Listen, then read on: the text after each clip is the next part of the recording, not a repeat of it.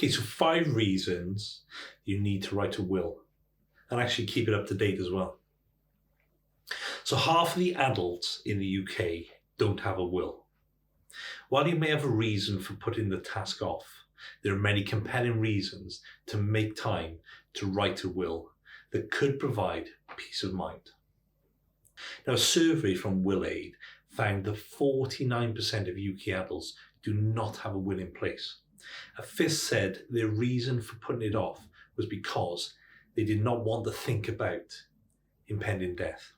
While contemplating passing away is difficult, it's important to think about what would you want to happen to your estate after you actually die.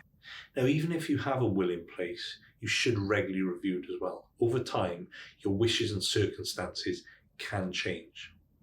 What you wrote 10 years ago may no longer align with your actual goals and wants. Now, whether you've welcomed grandchildren, inherited money, or simply changed your mind, you should reflect what you would like to happen in your estate. Now, it's a good idea to review your will at least every 5 years or after a big life-changing event. If it's something you've been putting off, there are 5 excellent reasons to make writing or updating your will a real priority. Number 1, a will is the only way to ensure your wishes are followed. Without a will, your estate will be distributed according to the rules of intestacy. We actually have a video explaining this. This can be very different from what you actually want, particularly if you have a complex family or want to leave something specific to certain people. The only way to ensure your wishes are followed is to write a will.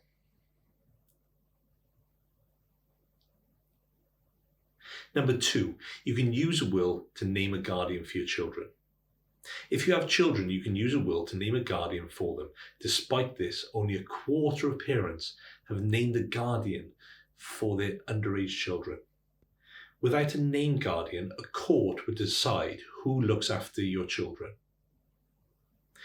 In some circumstances, this may not be who you actually wished, and could even be someone your child does not know very well.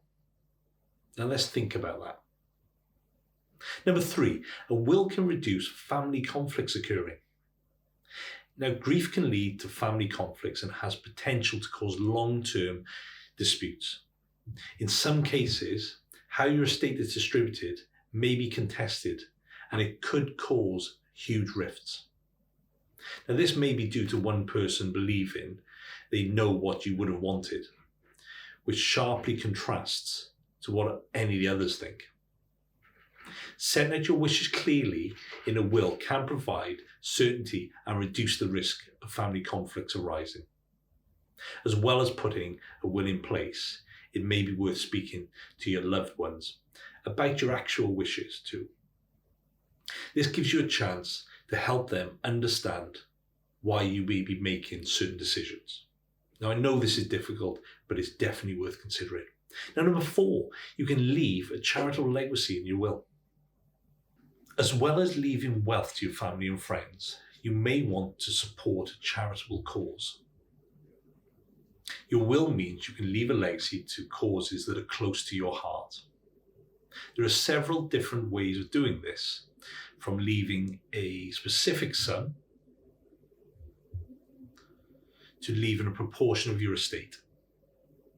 Now, a legal professional will be able to offer advice on different options you may want to consider.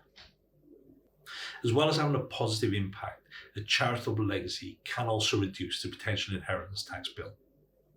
If you leave more than 10% of your estate to charity, the rate of inheritance tax paid will reduce from 40% to 36%. Now, that does make a difference.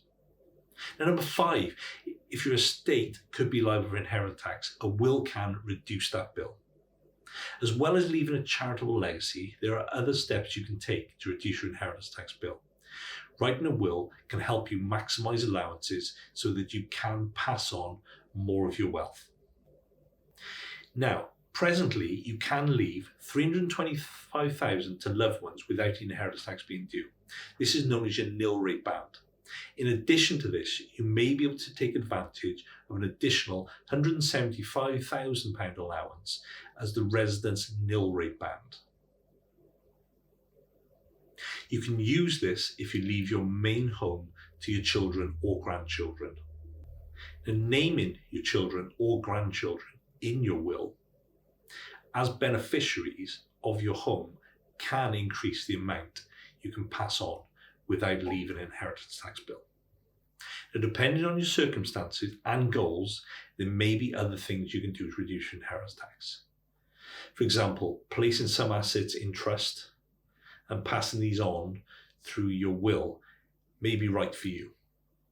Keep in mind that trusts can be complex and often irreversible, so it's important to take appropriate advice. If you're worried about IHT or inheritance tax, there are often steps you can take to reduce the bill. Now, if you'd like to discuss the value of your estate and how you can pass on assets to your loved ones, please do get in contact with us.